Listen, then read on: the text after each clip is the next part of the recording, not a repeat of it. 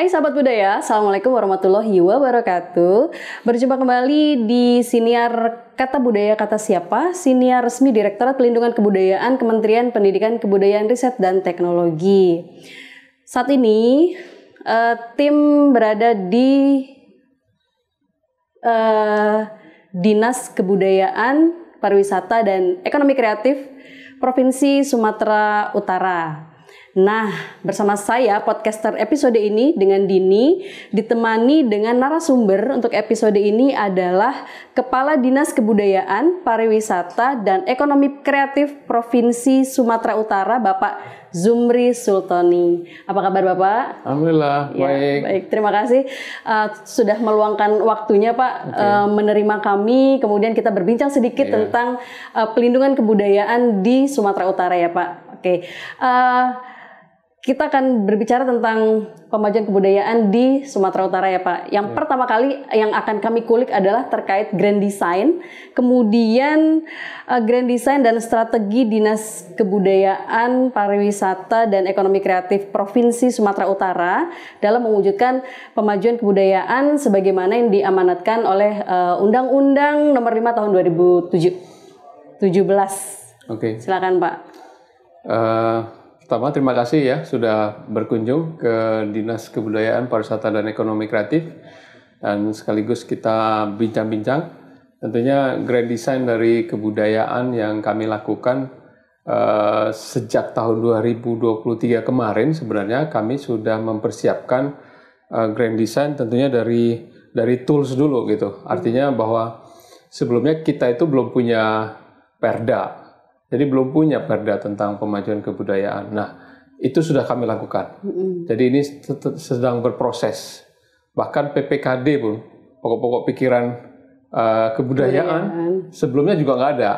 Dan alhamdulillah tahun 2023 itu sudah kami siapkan. Dan ini sudah ditandatangani oleh gubernur. Artinya di dalamnya sudah ada kegiatan-kegiatan yang tentunya berkaitan dengan perlindungan, pengembangan, pemanfaatan dan pembinaan dari pemajuan kebudayaan dari 10+1 untuk objek pemajuan kebudayaan itu sudah mencakup di dalamnya. Dan tentunya kami melibatkan seluruh stakeholder ya, baik dia pemerintah, masyarakat, media, di dalamnya semua termasuk. Jadi termasuk juga teman-teman dulu kita belum punya Dewan Kebudayaan. Alhamdulillah tahun 2024 kita sudah mulai lakukan persiapan pemilihan Dewan Kebudayaan. Nah, yang itu artinya yang poin-poin penting sebenarnya untuk kita bicara pemajuan kebudayaan. Alhamdulillah di tahun 2023-24 ini sudah kita siapkan perangkatnya untuk kita lebih smooth progres nanti ke depan bahwa ketika bicara pemajuan kebudayaan Sumatera Utara sudah punya perangkatnya gitu. Jadi strategi apa yang kami lakukan? Tahapan awalnya itu bagaimana kami melakukan perlindungan. Tentu di luar itu kami juga melakukan pembinaan dengan para kita komunitas budaya, komunitas seni dan lain sebagainya itu tetap kami jalankan. Iya, oke. Ini agak menarik yang terkait Dewan Kebudayaan tadi ya Pak. Yeah. Nah itu provinsi di bawah pembinaannya provinsi atau di setiap kabupaten kota itu ada Dewan Kebudayaan itu sendiri ya Pak? Jadi sebenarnya di kabupaten kota dia sudah punya, ada yang belum punya, gitu.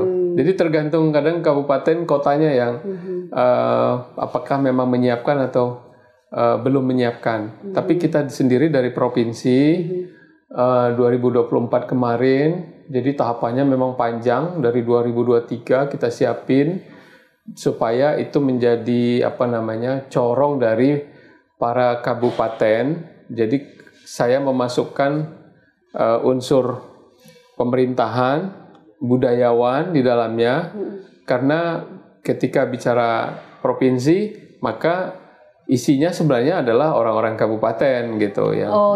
Jadi usulan siapa sih sebenarnya yang berhak dipilih adalah orang-orang mereka. Jadi bukan oleh saya dari pemerintah menunjuk itu tidak. Jadi itu suaranya mereka gitu. Kita kumpulin dari 33 kabupaten kota yang bersumber atau unsurnya adalah pemerintah, kemudian budayawan di dalamnya, yang memang secara legalitas sudah diakui oleh masing-masing kabupaten gitu. Jadi bukan hanya mengklaim diri, saya budayawan gitu.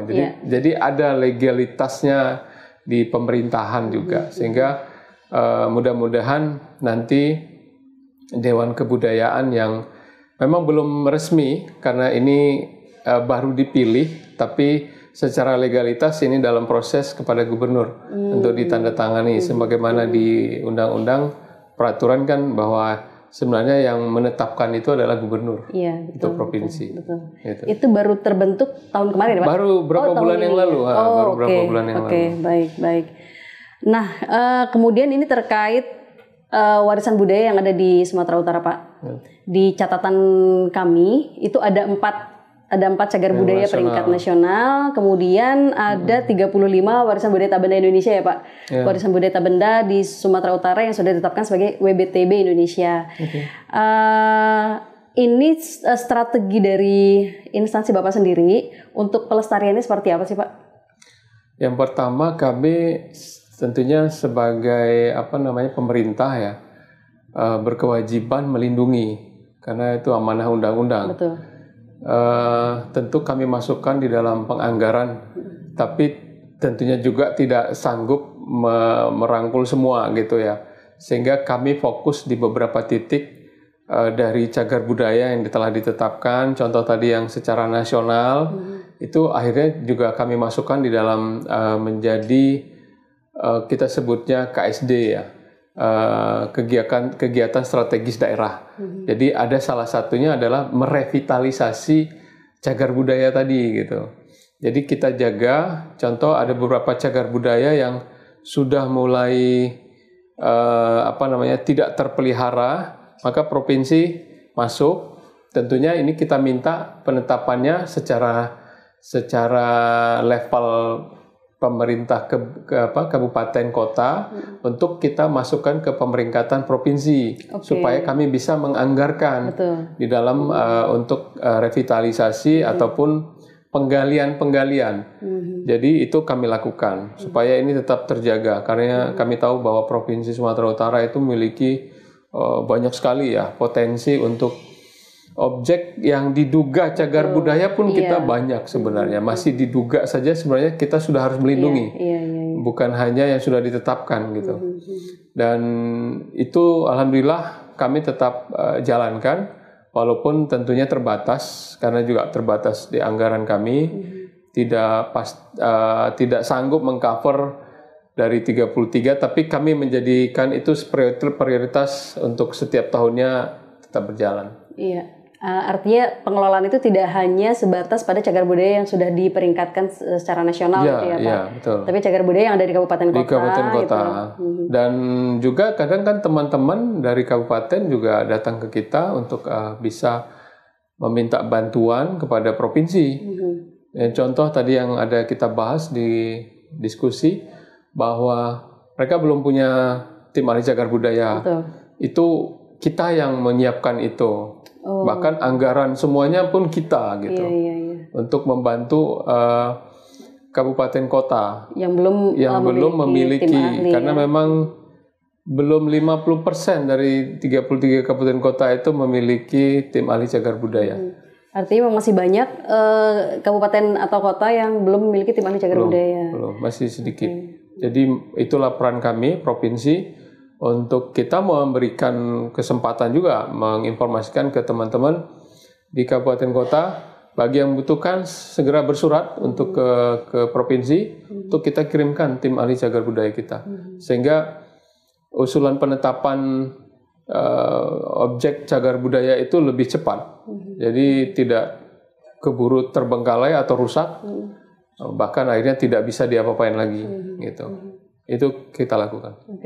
Kalau dalam bidang yang non bendawi bagaimana Pak? Yang WBTB gitu? Kalau yang WBTB, kami rutin melakukan FGD ya. Apakah namanya FGD ataupun forum terkait dengan warisan budaya tak benda. Ini kami juga gandeng dari BPK Wilayah 2 untuk memberikan namanya pendampingan. Karena dalam penyusunan itu kan ada beberapa kriteria sehingga kita minta pendampingan dari mereka untuk mendampingi kabupaten kota tadi gitu. Karena kita tahu di kabupaten kota itu banyak gitu sebenarnya potensi WBTB mereka yang tinggal diberikan saja secara formal. Tadi saya sampaikan ada secara akademiknya gitu kan, kemudian ada video, bahkan kita setiap tahun dari provinsi juga melakukan itu. Jadi kita membuat video-video tentang potensi warisan budaya tak benda kita. Jadi sudah ada beberapa koleksi kita yang kita lakukan ke daerah-daerah. Itu. Jadi artinya program seperti FGD ini diprogramkan secara berkala atau? Itu berkala. Oh, berkala ya. Berkala. Jadi kita undang setiap minimal 6 bulan sekali untuk kita selalu berkumpul di, kalau yang lalu masih di Medan selalu saya kumpulkan 33 kabupaten kota, tapi ke depan kami programkan kita ikut berpindah-pindah ke 33 karena saya juga pengen kumpul di daerah yang lain gitu. Karena ternyata teman-teman itu juga belum pernah menginjakkan kakinya di Nias contohnya kan. Mereka juga pengen dapat undangan FGD di mana? Di Nias gitu kan. Kalau selama ini kan hanya di Medan. Di Medan, jadi saya sampaikan, pernah nggak ke Nias? Oh, belum pernah. Berarti FGD-nya untuk next kita buat di Nias. Kan lumayan gitu. Kita hanya masing-masing kabupaten kota hanya nanggung transportasi sesuai dengan SPJ dia. Di hostnya yang saya minta adalah jangan membuat event baru gitu. Jangan sampai ini menjadi FGD baru. Bukan. Kamu punya event apa di saat itu? Undang kita gitu loh. Jadi saya sebenarnya dompleng gitu di situ. Ini yang program di 2024. Tapi ini belum jalan karena masih sibuk semuanya. Tapi insya Allah di bulan Mei kita sudah akan coba di salah satu kabupaten. Sehingga kita itu sebenarnya dompleng di kegiatan mereka. Baik kegiatan kebudayaan maupun kegiatannya pariwisata. Sehingga kegiatannya mereka ramai, kita juga mendapat manfaat di situ. Jadi sebenarnya bukan membuat kegiatan baru gitu.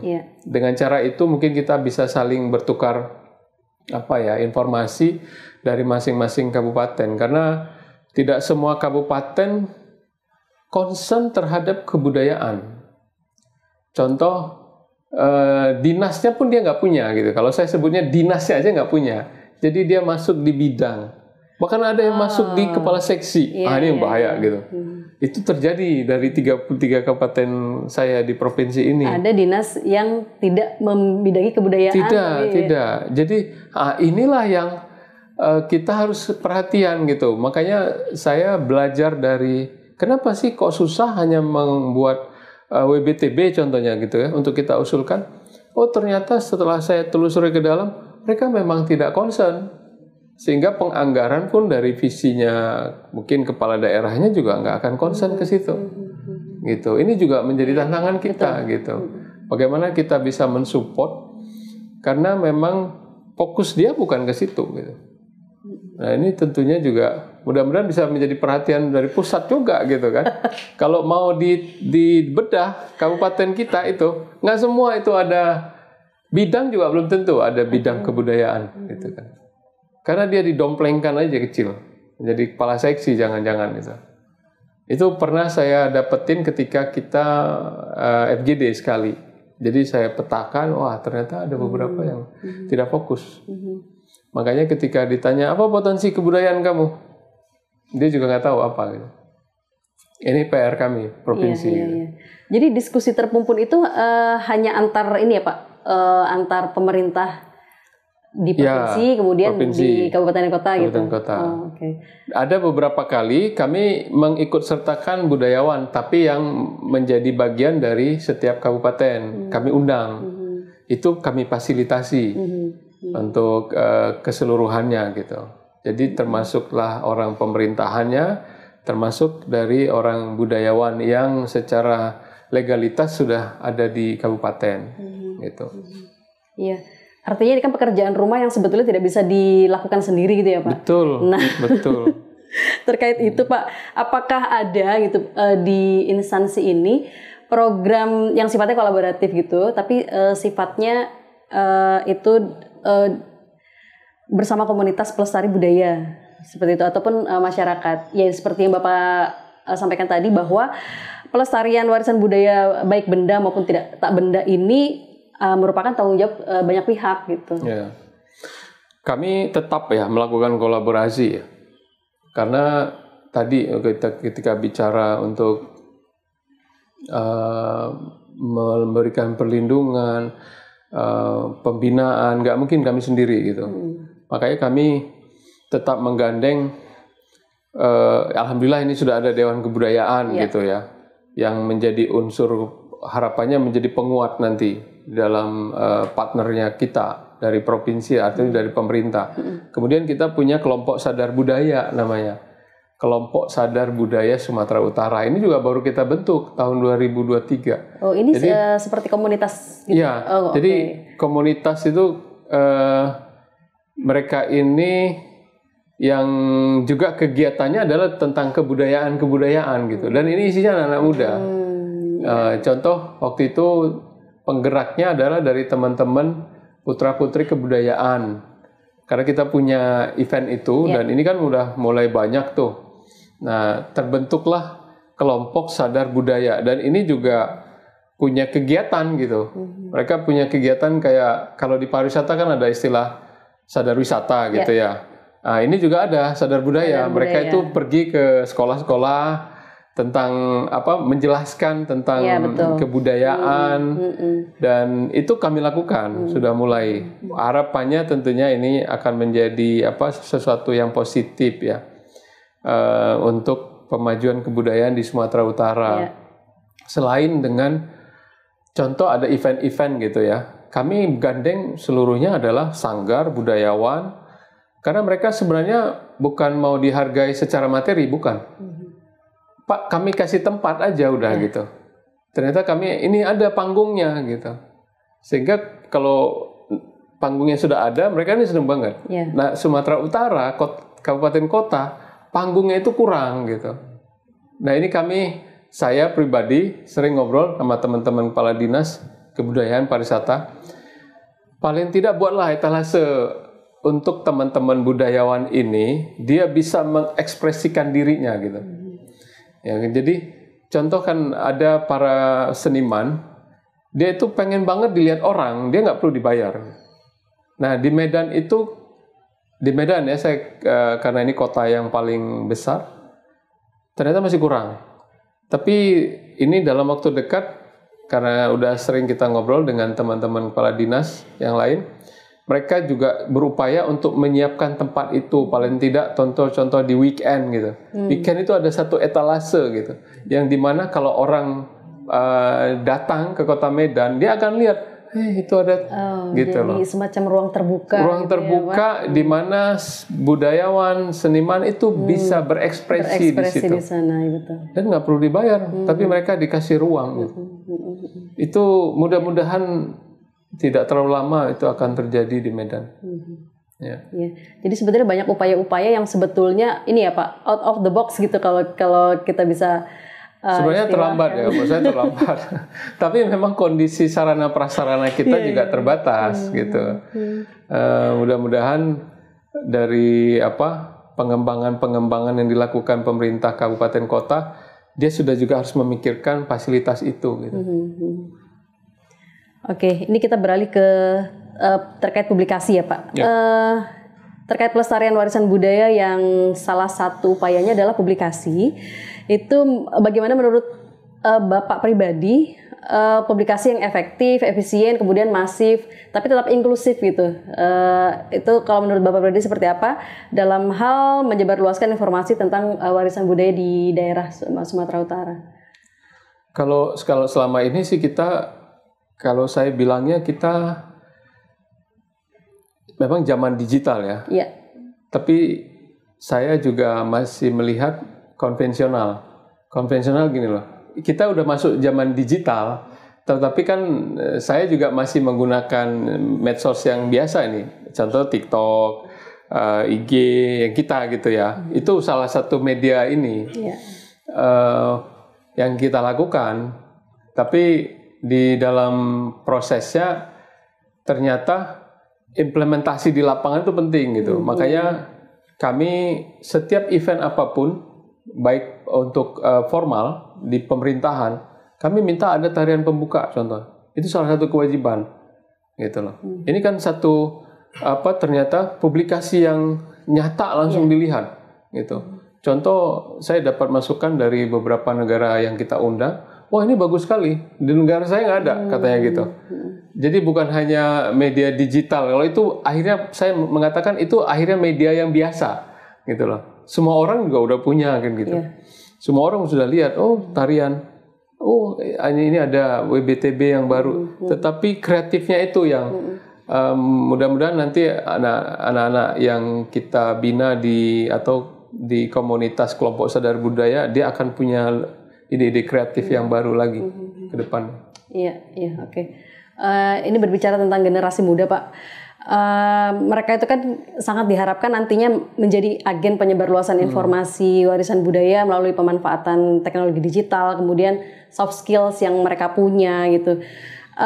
Mohon kiranya Bapak bisa memberikan pesan atau quotes gitu kepada teman-teman teman-teman budaya di seluruh Indonesia, terutama adalah sahabat budaya yang generasi muda itu, agar mereka semakin peduli gitu pada warisan budayanya sendiri. Silakan Pak, pesannya Pak. Baik, jadi tentunya kebudayaan itu sangat penting untuk teman-teman yang generasi muda. Jangan melupakan budaya, karena kalau kita melupakan budaya, maka kita tidak punya identitas pada dasarnya. Karena itu yang paling penting. Jangan lupakan budaya, karena itu adalah identitas kita. Terima kasih. Oke, terima kasih Pak Zumri. Terakhir, teman-teman budaya semua, ini ada media sosial Dinas Kebudayaan Pariwisata dan Ekonomi Kreatif Sumatera Utara. Silakan bisa di-follow di @disbudparekraf_sumut, karena di sana ada informasi terkait pelindungan, kemudian pengembangan dan pemanfaatan kebudayaan di Provinsi Sumatera Utara. Ada juga nanti informasi-informasi penting seperti misalnya rekrutmen yang tahun ini sudah dibuka Pak untuk muda-mudi budayanya. Oh iya. Jadi kita ini tanggal 3-4 kita ada putra-putri kebudayaan, dan tentunya bagi teman-teman juga yang mau berminat untuk komunitas sadar budaya, silakan join dengan kita di Dinas Kebudayaan Pariwisata dan Ekonomi Kreatif Sumatera Utara. Kalau saya sudah nggak bisa ya Pak ikutan daftar. Boleh, siapa aja boleh. Putra-putri budaya Sumatera Utara. Kita punya tagline Sumut Berbudaya, Sumut Bersatu. Oke, baik. Sumut Berbudaya, Sumut Bersatu. Nah, sahabat budaya sekalian, itu tadi perbincangan singkat kami tentang pelindungan warisan budaya, cagar budaya dan warisan budaya tak benda di Provinsi Sumatera Utara. Perbincangannya sangat asik dan menarik dengan Kepala Dinas Kebudayaan, Pariwisata dan Ekonomi Kreatif Provinsi Sumatera Utara. Terima kasih untuk waktunya Pak Zumri. Sehat selalu, sukses selalu, dan jangan lupa untuk ikuti selalu akun media sosial Instagram, Facebook di @lindungibudaya dan @budayasaya, serta kanal YouTube di akun Pelindungan Kebudayaan untuk mendapatkan informasi terkait pelindungan kebudayaan di Indonesia. Sekian, kami pamit undur diri. Assalamualaikum warahmatullahi wabarakatuh. Waalaikumsalam.